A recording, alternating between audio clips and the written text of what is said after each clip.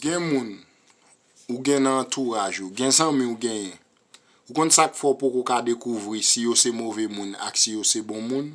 c'est parce que ou toujours gen ça nan men meni.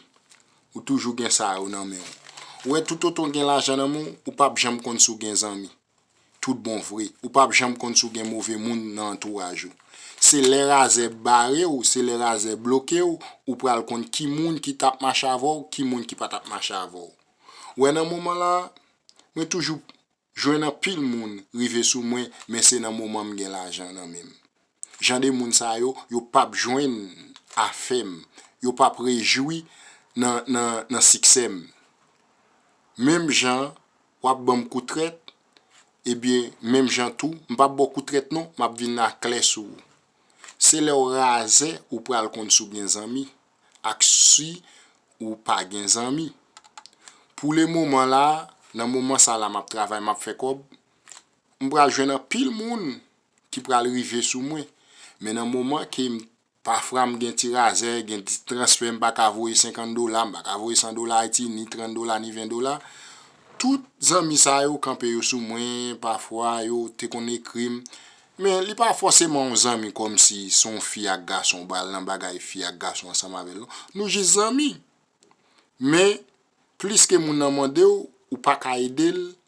li camper sou parfois s'il pas gen moun qui sou l'île kadou ou bien ou en forme ou là comme ça mais depuis gen kob c'est bel ti message bagay si ou gen madame ou gen ménage on soit si madame ou coucher bon côté ou bah l'elle ouais genre de message ça ou cap monter pour sérieux gen discussion cap fait parce que ti message normal cap tomber mais de pour pas gen l'argent dans mon n'importe vieux message yo la gen encore les tout yo ka dou ou en forme ou là comprendre mais depuis gen l'argent cap tomber petit transfert cap tomber c'est chéri mon amour papi un chouchou bébé on prend toute qualité de petits messages cap tomber ou manger comment journée teye ça cap fait ou coucher so réglé ou baigner ou gen temps à prendre parce que gen là mais depuis pas gen kob pas gen ça ouais l'argent fait ou joindre en pile femme mais rasé fait ou découvrir femme qui remon là femme qui veut vivre avec là gen femme qui là pour gaspiller ou mais gen femme qui là pour protéger ou gen femme qui là pour aider faire succès mais gen femme qui là qui pour dévier ou sous chemin ou